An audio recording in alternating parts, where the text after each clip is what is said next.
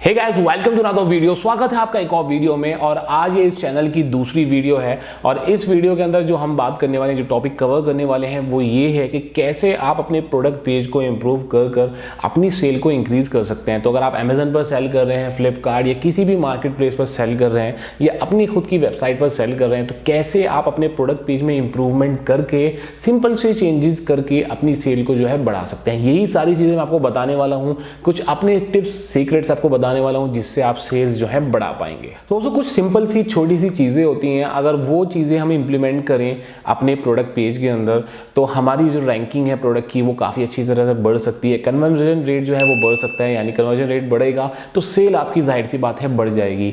और यहाँ पर ये चीजें होती क्या है, तो यूजुअली जब एक विजिटर वेबसाइट के ऊपर आता है तो वो बहुत ही कम सेकेंड, मतलब फ्यू सेकेंड जो है एक प्रोडक्ट के ऊपर रुकता है, स्क्रॉल करता रहता है। तो अगर वो आपके प्रोडक्ट के ऊपर रुके तो आपके प्रोडक्ट के अंदर कुछ ऐसी चीज होनी चाहिए ताकि वो उसको अट्रैक्ट कर पाए और वो आपके प्रोडक्ट के ऊपर क्लिक करे। अब मैं इसका एग्जांपल देता हूँ सिंपल सा। अगर आप किसी मार्केट में जा रहे हैं कुछ सर्च करने के लिए, मतलब कुछ शॉपिंग करने के लिए जा रहे हैं, आपको कोई अपने लिए कपड़े ही चाहिए, तो आपने ये पहली चीज नहीं डिसाइड करी है कि आपको किसी पर्टिकुलर ब्रांड के लिए जाना है, नहीं तो आप उसी ब्रांड के पास जाएंगे। आपको जस्ट रैंडमली कुछ कपड़े लेने हैं तो आप मार्केट में जा रहे हैं। कुछ जगह ऐसी होती है, कुछ शोरूम या शॉप्स कुछ ऐसी होती हैं कि आप वहाँ पर रुक जाते हैं और आप एकदम से एंटर करते हैं। क्यों? क्योंकि उनका फ्रंट, उनका जो आपका प्रेजेंटेशन है या कुछ ऐसे प्रोडक्ट सामने ही लगे हुए हैं जो आपको अट्रैक्ट कर लेते हैं। ऐसे ही ई कॉमर्स वेबसाइट है। ई कॉमर्स वेबसाइट एक मॉल की तरह है जहाँ पर हज़ारों सेलर्स, हज़ारों प्रोडक्ट्स हैं। अगर हम सर्च कर रहे हैं शूज़ तो हमें हज़ारों रिजल्ट्स दिखते हैं और हम स्क्रॉल करते हैं, लेकिन हम उसी प्रोडक्ट के ऊपर रुकते हैं जहाँ पर हमें कुछ अट्रैक्टिव लगता है। अब वो अट्रैक्टिव कैसे होगा? आपका प्रोडक्ट टाइटल, आपकी प्रोडक्ट इमेजेस, आपकी प्राइसिंग और प्रोडक्ट की रेटिंग्स, ये चीज़ें मेन होती हैं। क्योंकि जर्नी जो एक स्टार्ट होती है, एक सेल की जर्नी जो स्टार्ट होती है जब विजिटर वेबसाइट पर आता है, वो स्टार्ट होती है सर्च से। मैक्सिमम केसेस में सर्च से स्टार्ट होती है। तो उसने चाहे गूगल पर सर्च करा हो या अमेजन पर, फ्लिपकार्ट पर, किसी भी साइट पर सर्च करा हो जहाँ वो शॉपिंग कर रहा है, बहुत सारे सर्च रिजल्ट्स आ जाते हैं। और सर्च रिजल्ट के अंदर जो मेन चीज़ आती है, सबसे जो मेन चीज़ें होती हैं, प्रोडक्ट टाइटल होता है, दूसरा इमेजेस होता है, तीसरा प्राइसिंग होती है और चौथी प्रोडक्ट की रेटिंग्स होती हैं। ये मेन चीज़ें, चार चीज़ें जो हैं ज़्यादातर साइट्स दिखाती हैं। और कुछ एडिशनल पैरामीटर्स होते हैं अलग अलग साइट्स के, जैसे अमेजन प्राइम दिखाता है, फ्लिपकार्ट एश्योर्ड दिखाता है, वो सब बाद की चीज़ें हैं। लेकिन जो मेन चीज़ें आपको ध्यान में रखनी चाहिए, टाइटल, आपका प्रोडक्ट इमेजेस, प्राइस, रेटिंग, ये चार चीज़ों से एक जर्नी शुरू होती है एक सेल की।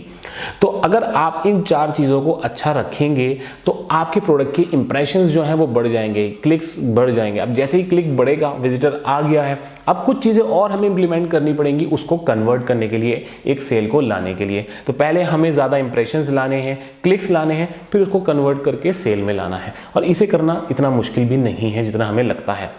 कुछ बेसिक सी चीज़ों का ध्यान रखना है। सबसे इंपॉर्टेंट चीज़ होती है आपकी प्रोडक्ट लिस्टिंग के अंदर, वो होता है आपका प्रोडक्ट टाइटल।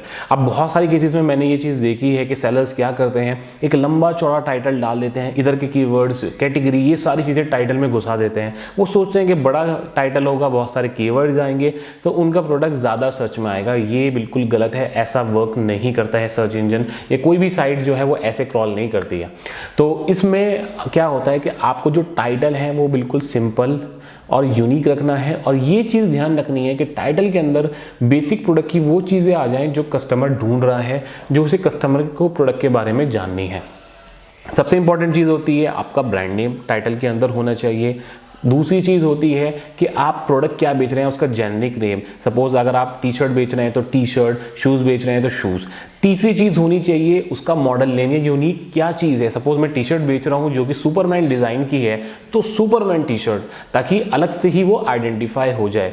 ये चीज़ हो गई है। प्लस उसकी जो की हाइलाइट्स हैं, या जो की उसकी मटेरियल हो गया है, आपका ये स्पेसिफिकेशन हो गई जो कस्टमर को जाननी ज़रूरी है, उसके बिना वो प्रोडक्ट को नहीं खरीदेगा। तो जैसे कि प्रोडक्ट का कलर हो गया, अगर टी शर्ट की बात कर रहे हैं तो प्रोडक्ट का कलर हो गया है, उसका साइज़ हो गया है और उसका मटेरियल हो गया है। ये तीन चीज़ें इंपॉर्टेंट रहेंगी। और एक फिट कपड़ों के मामले में तो ये डिपेंड करेंगी प्रोडक्ट टू प्रोडक्ट। अगर हम गारमेंट्स की बात करें तो ये चीज़ें यहाँ पर मैटर करेंगी। तो अब टाइटल क्या बन गया, अगर मैं एक टी शर्ट बेच रहा हूँ जिसके ऊपर सुपरमैन डिज़ाइन है जो कि स्लिम फिट में आती है, तो यहाँ पर सपोज ब्रांड नेम है प्यूमा, तो हो गया Puma Superman T shirt in white, और हम वहाँ पर ब्रैकेट में या कैसे भी एक जो प्रॉपर सेंटेंस बने हम यहाँ पर जो है मटेरियल और उसकी साइज़ भी मेंशन कर सकते हैं, फिट मेंशन कर सकते हैं। तो अब सिंपल सा टाइटल हो गया है और जो टी शर्ट खरीद रहा है उसको पता चल गया कि सुपरमैन डिज़ाइन प्रिंटेड है, ये मटेरियल है, ये कलर है, ये साइज है, ये फिट है, तो उसको बाहर से ही पता चल गया है और तो उसके ज़्यादा चांसेस हैं उस प्रोडक्ट को खोलने के लिए। तो ये तो थी टाइटल की बात। तो टाइटल आपको ऐसा रखना है। और मैं आपको अपना एक सीक्रेट बता देता हूँ या एक टिप कह लें जो कि काफ़ी काम आती है, मेरे खुद के काफ़ी काम आती है। जब भी आप प्रोडक्ट का टाइटल रखें तो उसके अंदर एक वर्ड ऐसा रखें जो बिल्कुल यूनिक हो, जो आपके प्रोडक्ट के बिल्कुल यूनिक बनाए। क्योंकि अगर एक बार किसी ने आपका प्रोडक्ट देख लिया, उस टाइम उसने नहीं खरीदा है, अब वो दोबारा से सर्च करता है, टी शर्ट सर्च करता है, तो बहुत सारी टी शर्ट्स आएंगी, वो आपके प्रोडक्ट को पहचान ना पाए। तो अगर आपने कुछ उसमें यूनिक नेम रख लिया है, जैसे मैंने एक वुडन प्रोडक्ट में रखता हूँ मैसीडोरा, ये एक बाहर का वर्ड है, एक अलग सा वर्ड है। तो अब जब यूजर को एक बार पढ़ता है वो टाइटल तो उसके दिमाग में ये वर्ड बैठ जाता है कुछ अलग सा। अब अगली बार वो सर्च करेगा तो इस वर्ड को जब जैसे ही देखेगा तो वो समझ जाएगा कि ये वाला प्रोडक्ट था। आपने बहुत सारी साइट्स को देखा होगा कि वो अपने प्रोडक्ट्स के टाइटल में यूनिक वर्ड रखते हैं, तो ये काफ़ी ज़रूरी होता है कि आपके प्रोडक्ट की अलग यूनिक विजिबिलिटी बनाने के लिए। ये थी आज की टिप। तो टाइटल के बारे में आप समझ गए हैं। अब दूसरी चीज़ आती है प्रोडक्ट की इमेजेस। अब इमेजेस कैसी होनी चाहिए, तो जब आप प्रोडक्ट की कोई इमेजेस ले रहे हैं, यूजुअली सारी जो वेबसाइट्स हैं, अमेजन है, फ्लिपकार्ट है, ये अपनी इमेजेस गाइडलाइन देते हैं। प्रोडक्ट टू प्रोडक्ट वो वेरी करती हैं, कैटेगरी टू कैटेगरी। लेकिन जो मेन इंपॉर्टेंट चीज़ होती है, आप किसी प्रोडक्ट की इमेजेस लें, वो क्या आपको चीज़ें ध्यान में रखनी चाहिए। तो इमेजेस में आपको करना ये है कि एक आपको मतलब मिनिमम एक प्रोडक्ट के लिए आपको 5 इमेजेस तो रखनी ही है। यूजुअली 2-3 इमेजेस डाल के प्रोडक्ट की लिस्टिंग कर देते हैं। प्रोडक्ट लिस्टिंग हो जाती है, प्रोडक्ट बिक भी जाता है काफ़ी केसेस में, लेकिन क्या होता है उस केस में जो कस्टमर के डाउट्स हैं वो क्लियर नहीं हो पाते और रिटर्न के चांसेस बढ़ जाते हैं, रिटर्न रेट बढ़ जाता है। तो कम से कम 5 इमेजेस होनी चाहिए आपकी। एक एवरेज 5 इमेजेस होंगी तो एक अच्छी लिस्टिंग जब ही होती है। उसके अंदर एक लाइफस्टाइल इमेज और 4 आपकी वाइट बैकग्राउंड की इमेजेस होनी चाहिए। और भी आप बढ़ा सकते हैं, लेकिन मैं कम से कम बता रहा हूँ। जितना ज़्यादा हो उससे कोई नुकसान नहीं है, कस्टमर को और क्लैरिटी होगी, लेकिन मिनिमम 5 इमेजेस होनी चाहिए। अब यहाँ पर वाइट बैकग्राउंड ज़्यादातर साइट प्रेफर करती हैं, वो इसलिए करती हैं कि वाइट बैकग्राउंड के अंदर प्रोडक्ट जो है वो बिल्कुल खिलकर दिखता है और उस पर ही प्रोडक्ट कस्टमर का फोकस रहता है और सारी चीज़ें कस्टमर के जो डाउट्स हैं वो क्लियर हो जाते हैं। क्योंकि अगर बहुत ज़्यादा प्रॉप होता है या बैकग्राउंड होता है तो उसमें कस्टमर कन्फ्यूज़ हो जाता है कि उसे एक्चुअल में प्रोडक्ट मिलेगा क्या, या आजू बाजू कोई चीज़ें रखी हैं वो भी उसको साथ मिलेंगी या नहीं मिलेंगी।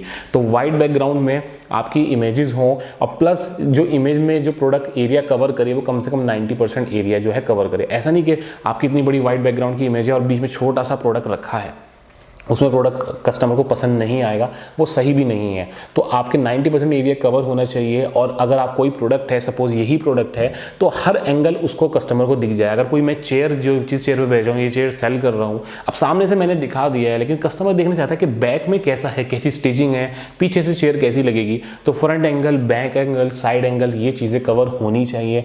प्लस इसका फैब्रिक कैसा है, स्टिचिंग कैसी है, तो एक क्लोजअप भी उसके अंदर होना चाहिए। और एक इमेज होनी चाहिए जिसमें आप डायमेंशंस दिखाएं साइज रेफरेंस के साथ। सपोज अगर मैं चेयर बेच रहा हूं तो साइड में आप जैसे देखा होगा अपने मॉडल दिखा देते हैं कि मॉडल की हाइट इतनी है और चेयर कहाँ तक आएगी, ये एग्जैक्ट डायमेंशन कस्टमर को खरीदने वाले को आइडिया हो जाता है कि उसको जो प्रोडक्ट खरीद रहा है वो एग्जैक्ट कितने साइज़ का मिलेगा। तो ये साइज़ रेफरेंस बहुत ज़्यादा ज़रूरी है। सिर्फ आपने डायमेंशंस लगा दिए हैं वो नहीं, साइज़ रेफरेंस ज़रूरी होना चाहिए। तो उससे क्या है, एग्जैक्ट आइडिया हो जाता है। अब आती है लाइफस्टाइल इमेज की बात। तो लाइफस्टाइल इमेज से होता यह है कि कस्टमर को आइडिया हो जाता है एक्चुअल लाइफ में वो प्रोडक्ट कैसा लगेगा यूज़ करने के बाद। उसमें भी आपको ये नहीं है कि बहुत ज़्यादा प्रॉप आपने दिखा दिए हैं। सपोज मैं इस चेयर का फोटो खींच रहा हूँ, मैंने लैंप रख दिया, लैपटॉप रख दिया, ये रख दिया, नहीं। कुछ सिंपल सा लाइफस्टाइल होना चाहिए जिसमें जो प्रॉप्स हैं, जो चीज़ें हैं वो लिमिटेड होनी चाहिए। मेन फोकस जो है सेंटर में वो प्रोडक्ट के ऊपर ही रहना चाहिए, तभी वो अच्छी लाइफस्टाइल इमेज होती है। तो प्रॉपर अगर आपकी इमेजेस ऐसी होंगी तो जाहिर सी बात है कि कस्टमर के जो डाउट्स हैं वो सारे उसमें क्लियर हो जाएंगे। तो उसको सर्च में जो 2 मेन चीज़ें होती हैं वो हमने कवर कर ली हैं। तीसरी चीज़ आती है प्राइस। ये एक अलग ही बड़ा टॉपिक है, प्राइस कंपटीशन आपको देखना होगा। इस पर किसी और वीडियो में हम बात करेंगे। प्राइस को आपको जो मेन चीज़ ये है कि प्राइस को आपको कॉम्पिटिटिव रखना है, लेकिन ऐसा कॉम्पिटिटिव रखना है कि आपके उसके अंदर प्रॉफिट मार्जिन भी निकल जाए। तो एक ये अलग बड़ा टॉपिक है। और चौथी चीज़ होती है प्रोडक्ट की रेटिंग्स। प्रोडक्ट की रेटिंग्स बहुत मायने करती हैं। तो प्रोडक्ट की रेटिंग्स अब आपके हाथ में तो नहीं है कि आप उसको कैसे बढ़ाएं। जेन्युइन तरीका तो यही है, जब कस्टमर खरीदेगा तो प्रोडक्ट रेटिंग आएगी। लेकिन आप उसके लिए एक चीज़ कर सकते हैं कि जब भी आप प्रोडक्ट भेजें तो उसमें एक थैंक यू लेटर भेज दीजिए, या रेटिंग्स के लिए रिक्वेस्ट के लिए एक लेटर भेजिए, ताकि जिसको प्रोडक्ट मिले उसको कुछ वैल्यू लगे और वो आपको फीडबैक दे।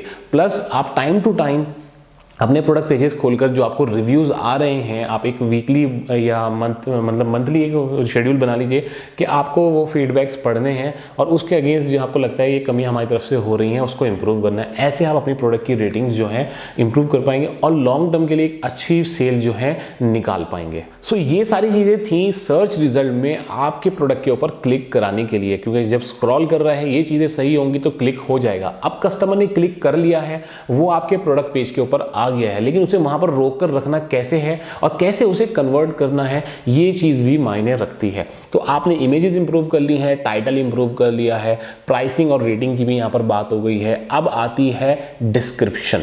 अब डिस्क्रिप्शन के अंदर क्या होता है, यूजुअली लोग कॉपी पेस्ट करते हैं, इधर से कॉपी करा पेस्ट कर दिया, ये सारे करते हैं, ज़्यादातर पढ़ते भी नहीं है क्या है डिस्क्रिप्शन। आप कोशिश करें, आप आइडिया लें सब जगह से, लेकिन उसको खुद लिखें।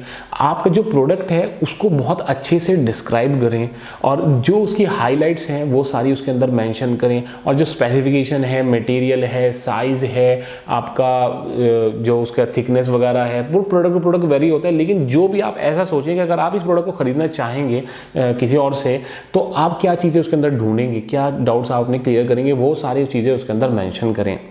प्लस एक चीज़ हम कहते हैं SEO।